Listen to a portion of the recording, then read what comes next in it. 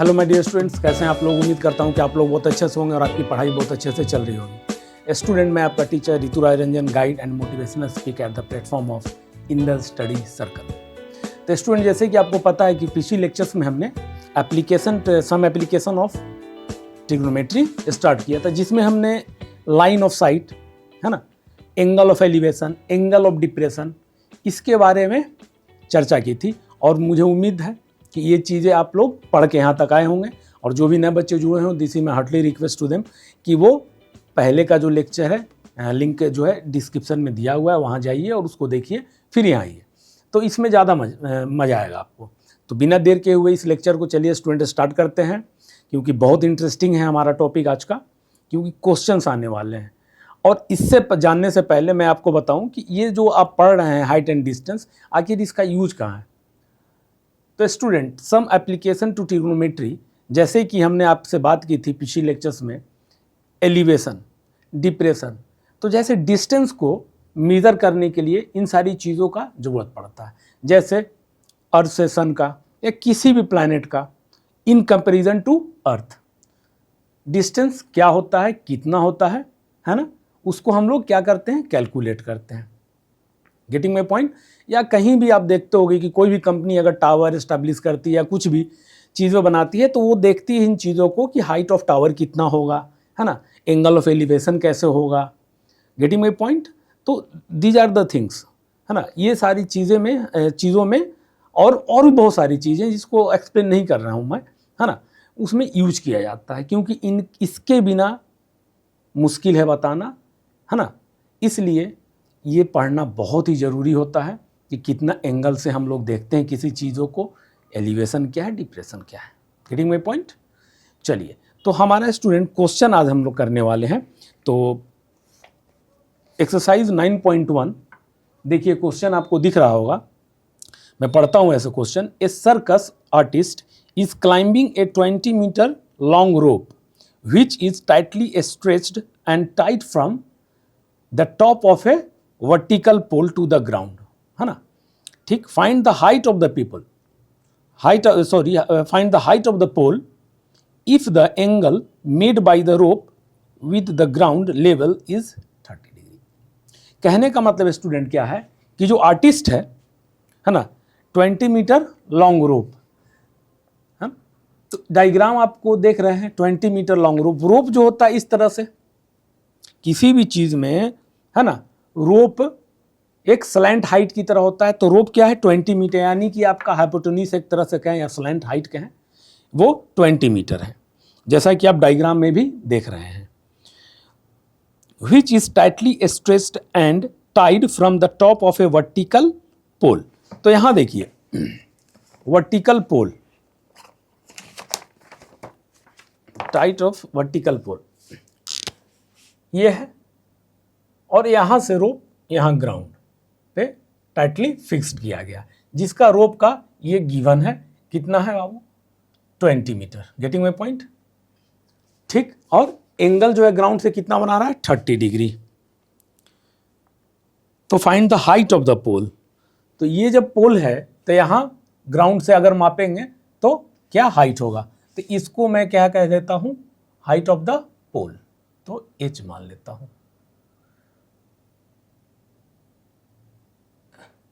h नहीं, height of the पोल को मैं x कह देता हूं, क्योंकि हाइपोटेन्यूज h लेते हैं तो वहां कंफ्यूजन ना हो जाए आपको, इसलिए। अब स्टूडेंट देखिए कैसे इसको सॉल्व करेंगे। तो हमें क्या निकालना है, हाइट h, यानी कि परपेंडिकुलर।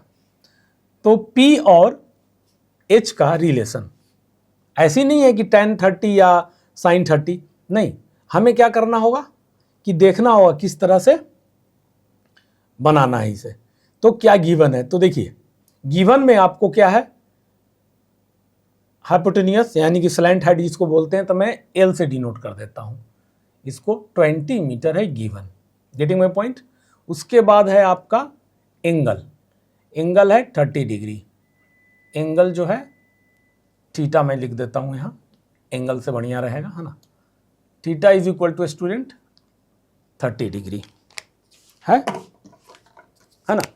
तो जब ये 30 डिग्री है थीटा, और यहाँ पे हम लोग कौन सा फॉर्मूला यूज करेंगे, तो मैं आपको बताया हूं sine theta is equal to क्या होता है स्टूडेंट, P अपॉन H, याद है।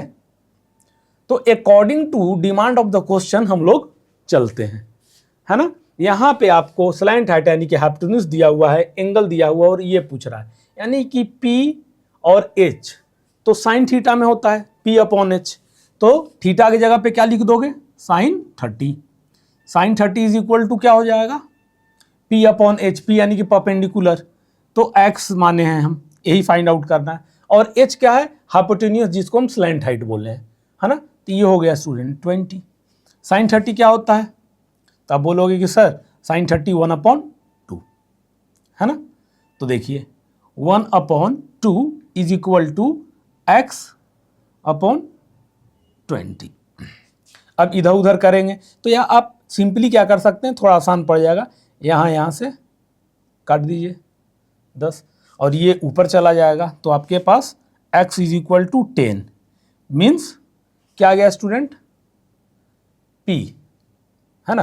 तो आप यहाँ लिखेंगे, क्वेश्चन में क्या था, हाइट ऑफ द टावर, है ना, तो यहाँ लिख देंगे आप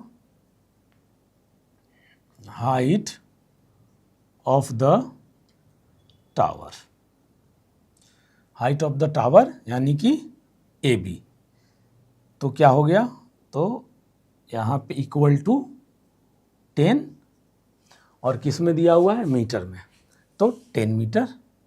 ये हमारा क्या हो गया स्टूडेंट, आंसर हो गया। आई थिंक सो कि बहुत इजी है, इसमें ज़्यादा समय नहीं लगना चाहिए, ठीक है। समझ में आया कि अकॉर्डिंग टू हम लोग क्वेश्चन बढ़ते हैं। अब चलिए नेक्स्ट क्वेश्चन की ओर। चलिए स्टूडेंट्स अब क्वेश्चन नंबर 2 देखते हैं। देखिए क्वेश्चन नंबर 2 पढ़िए, तो आप कहेंगे कि सर इसमें थोड़ा सा ये, अगर स्टेटमेंट वाइज का मैं एक ट्रिक बताता हूँ आपको।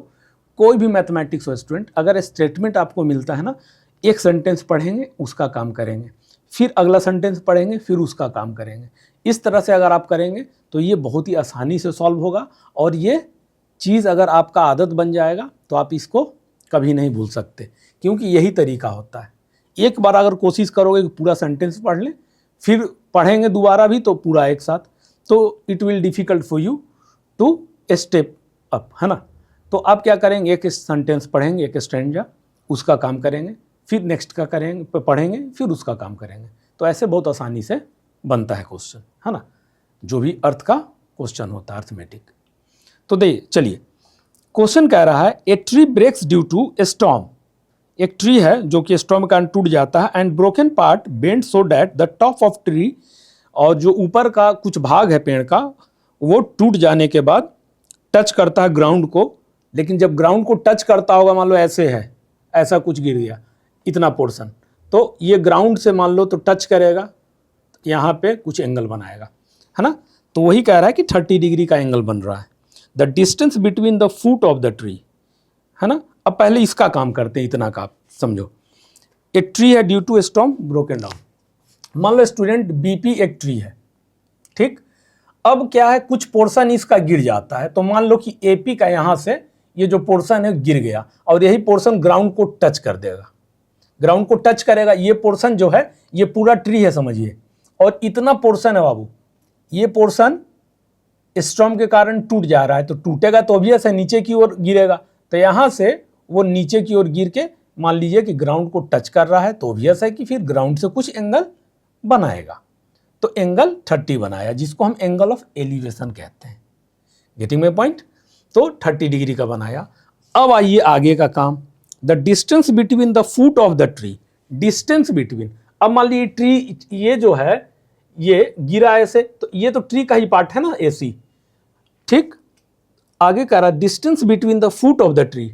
अब ये PB या BP ये ट्री है, पूरा पूरा ट्री है, उसका फुट कहाँ है स्टूडेंट, यहाँ पे है, ठीक।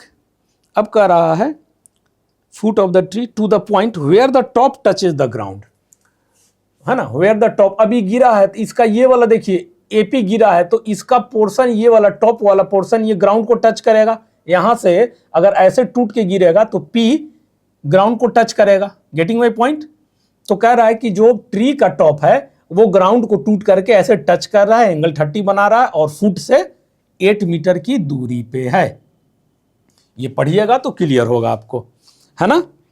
8 मीटर की दूरी पे है। Then find the height of the tree. तो हाइट ऑफ द ट्री तो पूरा का बताओगे ना, तो उसके लिए क्या चाहिए आपको, ये इसका हाइट चाहिए, फिर इसका भी चाहिए, है ना। बोलिए। और इसका इसलिए बोलूँगा चाहिए क्योंकि ये और ये अब इक्वल हो जाएगा, क्योंकि यही पोर्शन जो टूटा है ना, एपी ही टूटा हुआ पोर्शन है ना एसी। Getting my point. इसलिए तो देखिए हाइट ऑफ द, पहले लिख लेते हैं tree, height of the tree. Height of tree क्या हो जाएगा आपका, पीबी। तो पीबी हो गया यहां, ठीक। अब पीबी को हम लिख सकते हैं ब्रेक करके ए बी और एपी, ए बी और प्लस में एपी। Getting my point. अब ये 30 डिग्री बना रहा है तो हमको ये चाहिए फिर ये चाहिए, तो अभी मैं इसका बात करता हूं। तो ये हो गया आपका क्या बताइए, तो परपेंडिकुलर हो गया, है ना। और ये क्या है, बेस। तो परपेंडिकुलर और बेस का कोई रिलेशन याद आ रहा है, तो अब बोलोगे यार सर tan में आता है, बिल्कुल। तो बाबू यहाँ क्या करेंगे हम लोग, tan 30। मैं डायरेक्ट लिख देता हूँ, मैं इतना जानता हूँ कि हमारे बच्चे इतना समझते हैं कि या फिर बच्चे की तरह नहीं लिखूँ कि tan theta is equal to perpendicular बटा बेस। ये समझते हैं, तो थीटा की जगह मैंने डायरेक्ट एंगल लिख दिया है, tan 30 is equal to P by B. तो P यानी कि परपेंडिकुलर, तो ए बी मैं कह दूं, ठीक। और बेस तो BC। किसी को कोई परेशानी नहीं होना चाहिए। tan 30 कितनों को याद है, 1/√3 होगा भाई, is equal to AB upon BC।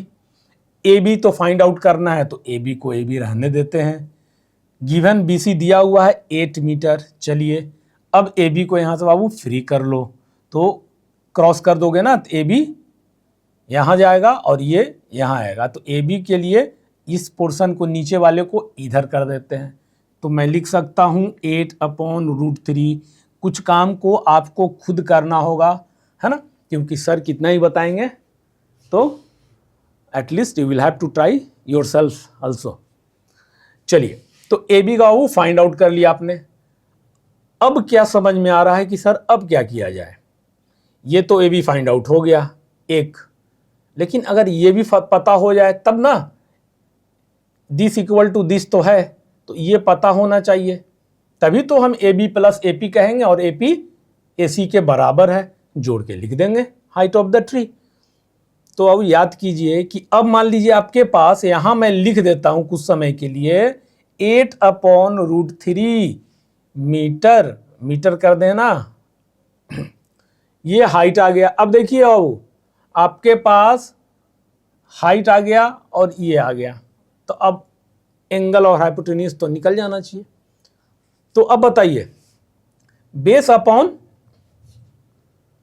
है ना, बेस अपॉन ऐसे भी चलेंगे तो भी निकल जाएगा।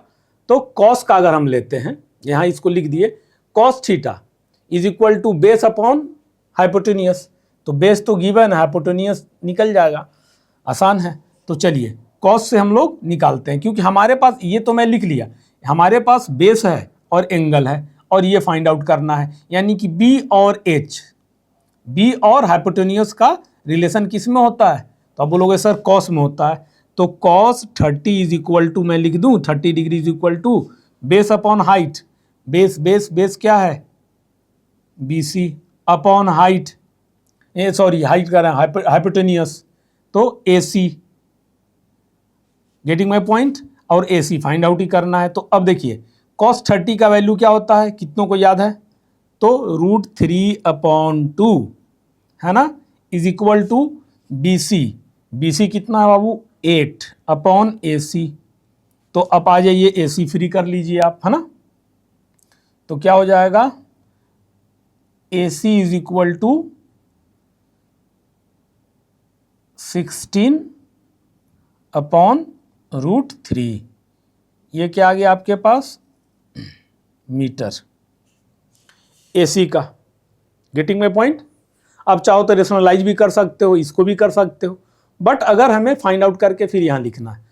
अब जानते हैं हम यहाँ से AC तो फाइंड आउट हो गया। अब क्या करें, तो कहेंगे कि AP is equal to AC,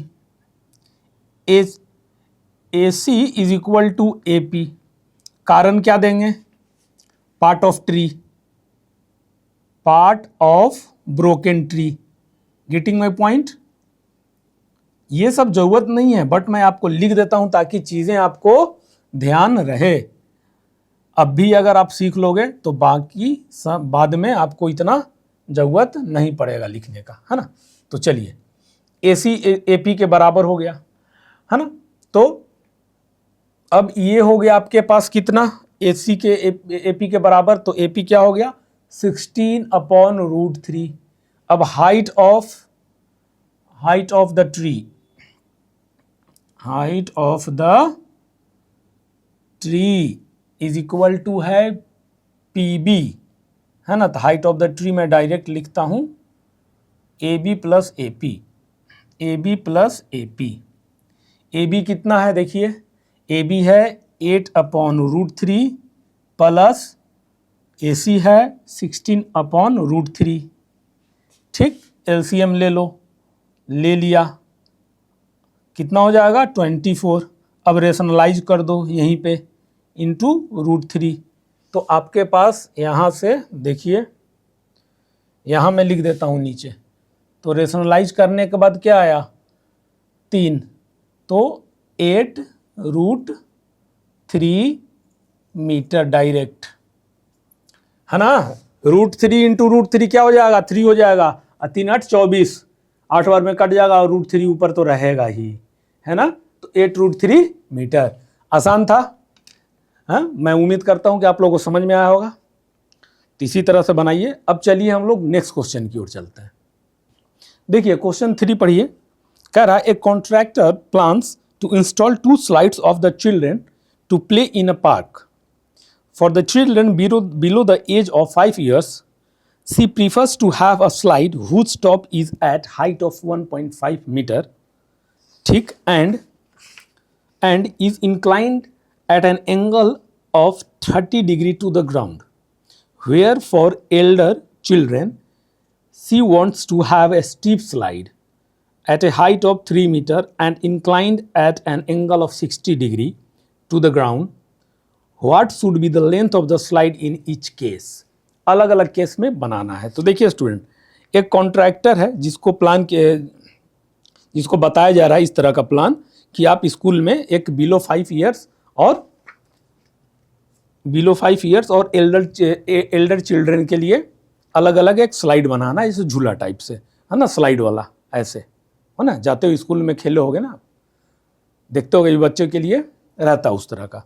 तो उस एक का इंक्लिनेशन बताया गया है 30 डिग्री लेना है ना, और एक का स्टीप तरह का, ज़्यादा नहीं होना चाहिए, यानी कि 60 डिग्री लेना है फॉर एल्डर। यही क्वेश्चन है, इसमें कुछ ज़्यादा नहीं है। एक का जो स्टीप स्लाइड है जो एल्डर के लिए, उसका 3 मीटर दे दिया हाइट, ठीक है ना।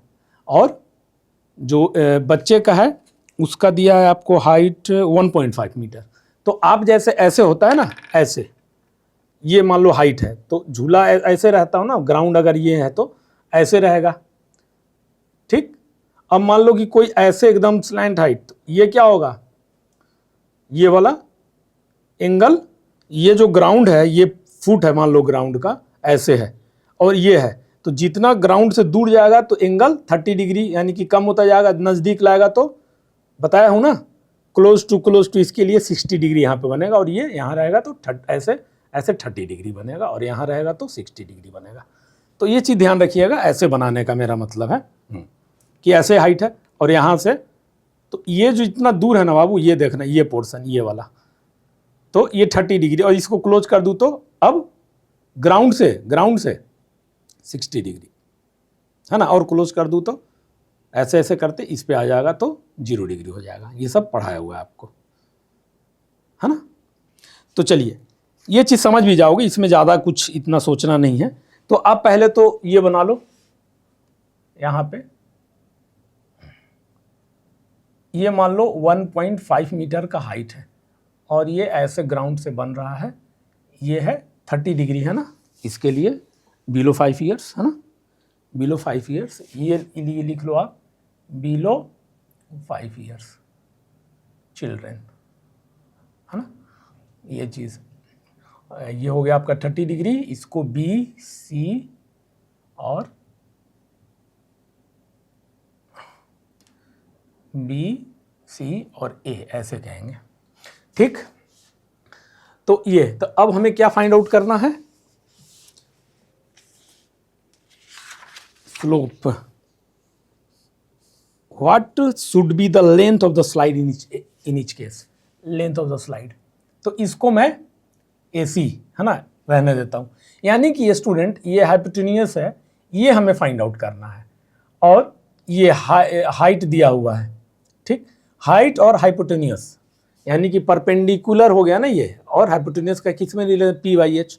तो आप कहोगे सर sin 30 में, साइन के रिलेशन में, है ना। तो अब यहाँ पे मैं लिख दूं sin 30 डिग्री, डायरेक्ट थीटा नहीं लिखूंगा क्योंकि इतना मैं बता चुका हूं, और मैं उम्मीद करता हूं कि आता होगा, और नहीं आता हुआ है तो फिर आपके लिए एग्जाम में मुश्किल होगा, है ना, अगर आप मेरा बात नहीं मान रहे हो।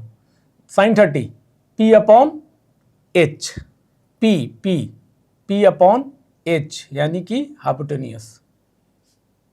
तो H को मैं अभी लिख देता हूं, sin 30 is equal to P यानी कि 1.5, और हाइपोटेन्यूस की जगह पे मैं AC कर देता हूं, ठीक। AC फाइंड आउट करना है।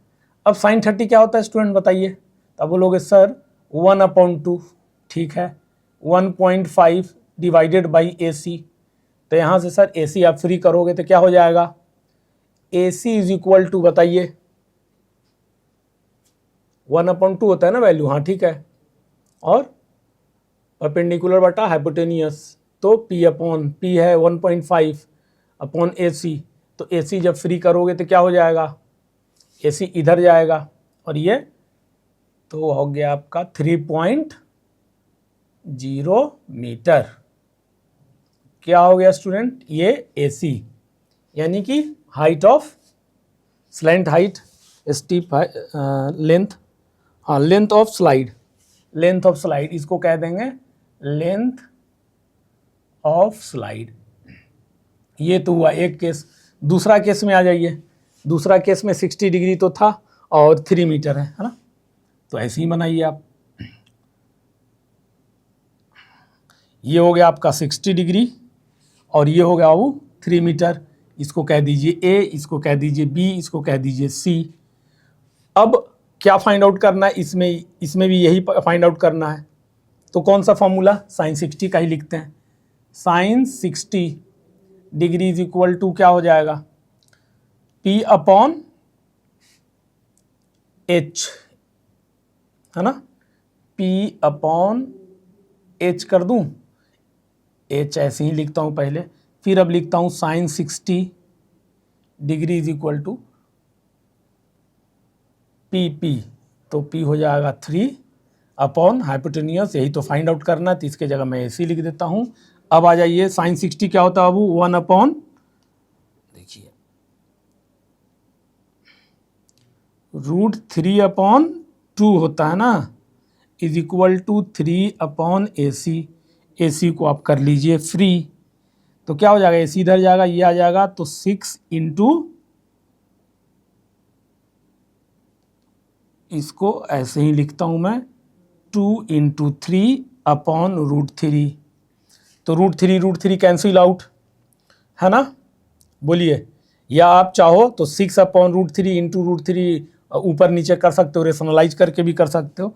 तो यहाँ से √3 बार में, तो AC जो क्या हो गया आपका √3 मीटर। ये हो गया स्टूडेंट आपका एक और आंसर, और यहाँ भी, है ना, सॉरी ये 2√3, मतलब ये इसमें क्या था 3 मीटर और इसमें 2√3 मीटर। गेटिंग माय पॉइंट, समझ में आया। चलिए अब हम लोग देखते हैं नेक्स्ट क्वेश्चन। देखिए क्वेश्चन नंबर 4 पढ़िए। कह रहा है the angle of elevation of the top of a tower from a point, ठीक, the angle of elevation of the top of a tower from a point on the ground which is 30 meter away from the foot of the tower is 30 degree. Find the height of the tower. Simple question है। Angle of elevation top of the tower से, मान लीजिए ये है आपका tower, top of the tower से ground का जो है एंगल ऑफ एलिवेशन 30 डिग्री है। ये नहीं, ये टॉप है तो हम यहां से ऐसे देख रहे हैं, कहाँ, यहां से। तो वो कह रहा है, ये नहीं सोचना आपकी यहां फिर इधर से हमको एंगल ऑफ डिप्रेशन करना पड़ेगा, वो नहीं होगा, है ना। क्वेश्चन में साफ किया है angle of elevation of the top of a tower. ये टावर है ना, टॉप ये हुआ, समझिएगा। From a point on the ground, from a point on A ground, ये ग्राउंड है ना। तो टॉप ऑफ टावर ऐसे देख रहे हैं ना, हम ऐसे देख रहे हैं, यहां से ऐसे देख रहे हैं, तो एंगल ऑफ एलिवेशन 30। ये सब समझाया हुआ है आपको, है ना, लेक्चर में, और बहुत अच्छे तरीके से समझाया हुआ है।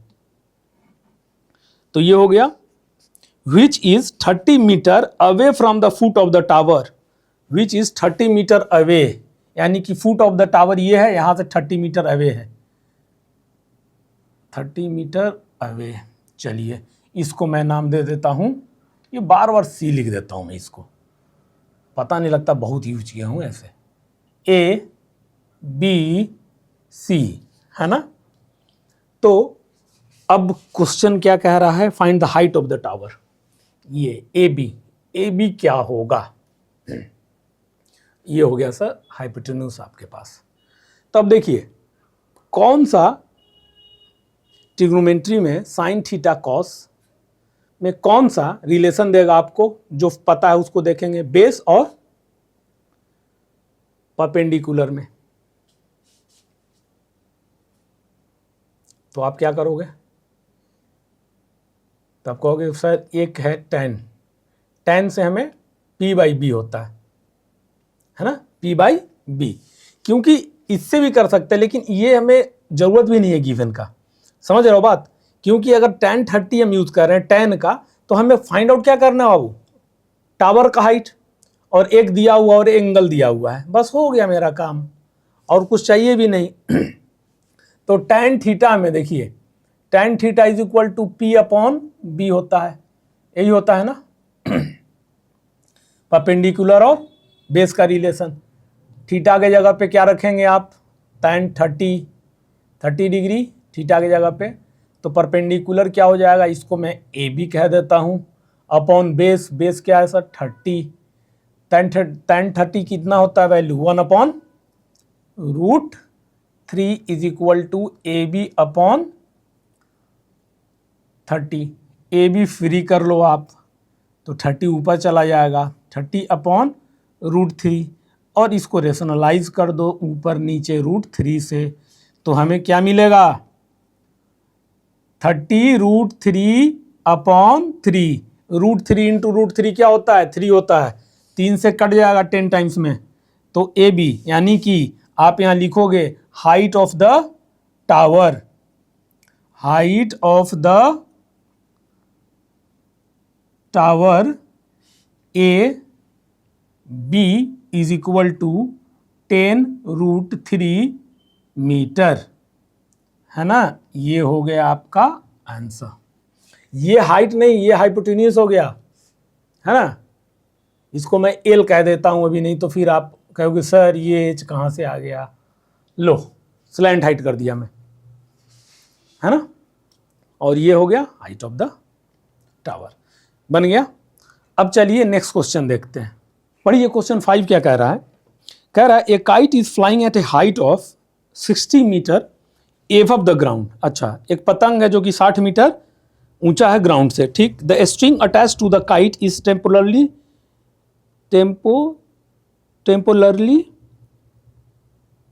टाइड, अच्छा, tied to a point on the ground, ठीक है। The inclination of a string with the ground is 60 degree, ठीक। Find the length of the string assuming that there is no slack in the string. मतलब मान लो कि धागा जो है ढीला नहीं है ना, तो ठीक है, इजी है। देखिए ये मान लीजिए कोई काइट है, ये ग्राउंड से कह रहा है वो 60 मीटर उड़ रहा है, और उसके बाद क्या है इंफॉर्मेशन, 60 डिग्री का temporary attach to a kite to a temporary tied in a point to the ground. अब मान लीजिए कि इसको आप यहां से ऐसे टाइट से बांध दिए ऐसे, है ना, ठीक हो गया। The inclination of the string with the ground is 60। ठीक है, ग्राउंड से पहले इसको ऐसे मिला दोगे तभी तो ग्राउंड से क्या बनाओगे 60 डिग्री। ठीक, बन गया। अब कह रहा find the length of the string. चलिए लेंथ ऑफ द स्ट्रिंग यानी कि इसको मैं एल बोल देता हूं। Length of the string assuming that there is no slack in the string, मतलब ढीला नहीं है स्ट्रिंग। ठीक, 60 मीटर पे है और ये। अब इसको आप कह दीजिए बी, इसको आप कह दीजिए ए, इसको कह दीजिए सी। तो स्टूडेंट जैसे ही कह रहा है इसमें कि एक पतंग है जो कि 60 मीटर की ऊंचाई पे उड़ रहा है और उसको एक धागे से जो कि टाइट है, एकदम ढीला है नहीं, टाइट किया गया ग्राउंड से, और ग्राउंड का जो है, ग्राउंड से वो जो धागा टाइट किया गया है और वो काइट का जो इंक्लिनेशन पॉइंट है यानी इंक्लिनेशन एंगल ऑफ इंक्लिनेशन वो 60 डिग्री है, यानी कि 60 डिग्री ग्राउंड से बना रहा है। तो 60 डिग्री हो गया और इसको मिला दिए तो ये हमारा बेस हो गया, ग्राउंड हो गया। तो find the length of the string, ये पता करना है आपको, है ना। तो देखिए आपको क्या पता करना है, एच यानी कि एल जो है एच हाइपोटेन्यूस, और ये दिया है तो हाइपोटेन्यूस और पी और एच में कौन सा फॉर्मूला होना चाहिए बताइए। पी और एच में यहां से अगर आप निकालेंगे तो क्या निकालेंगे, जैसे tan 60 आपने यूज किया तो क्या होगा, tan 60 इज इक्वल टू √3 हो जाएगा tan 60 का upon P by B. P आपको 60 है, हाँ बी तो बी तो पता है नहीं तो वो हम यूज कर नहीं सकते, तो क्या यूज करेंगे बताइए, तो साइन का। तो साइन का आप यूज करके देखो, sine theta is equal to क्या होता है पी अपॉन एच, है ना, साइन 60 डिग्री √3/2 हो जाएगा।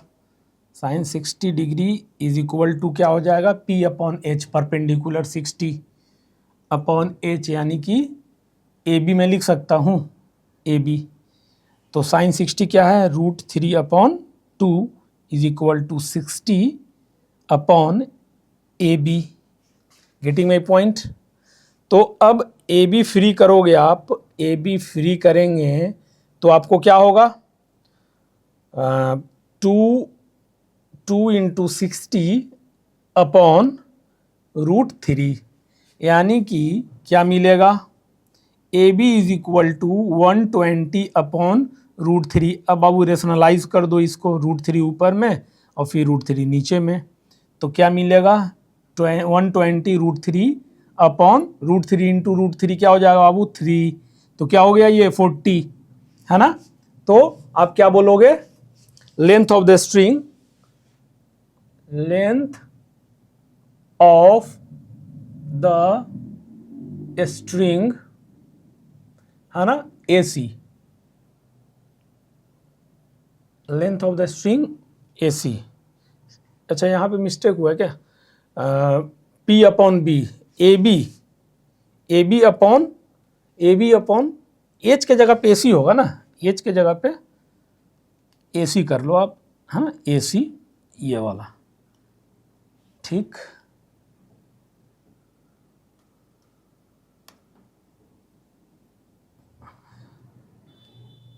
AC हो गया, AC इज इक्वल टू क्या हो गया, तो 40 √3 मीटर। ये बाबू हो गया आपका आंसर। Getting my point. तो ये बहुत आसान था क्वेश्चन। अब स्टूडेंट नेक्स्ट क्लास में मैं उम्मीद करता हूँ कि ये सारी चीज़ें समझ में आएंगी और आप खुद से भी प्रैक्टिस करेंगे, क्योंकि मैं कितना भी बता दूँ अगर आप खुद प्रैक्टिस नहीं करेंगे तो मुश्किल है फिर आपके लिए, है ना। तो मेरा बात मानिए, जो पहले का क्लास हो गया है ना, लिंक जो है डिस्क्रिप्शन बॉक्स में आपको मिल जाएगा, वहाँ पढ़िए, यहाँ तक आइए, फिर इसको बनाइए और खुद से प्रैक्टिस कीजिए, ठीक। उसके बाद तो मैं हूँ ही बताऊँगा, ठीक है student. Do your practice as you can. Meet you soon in the next lecture. तब तक के लिए जय हिंद।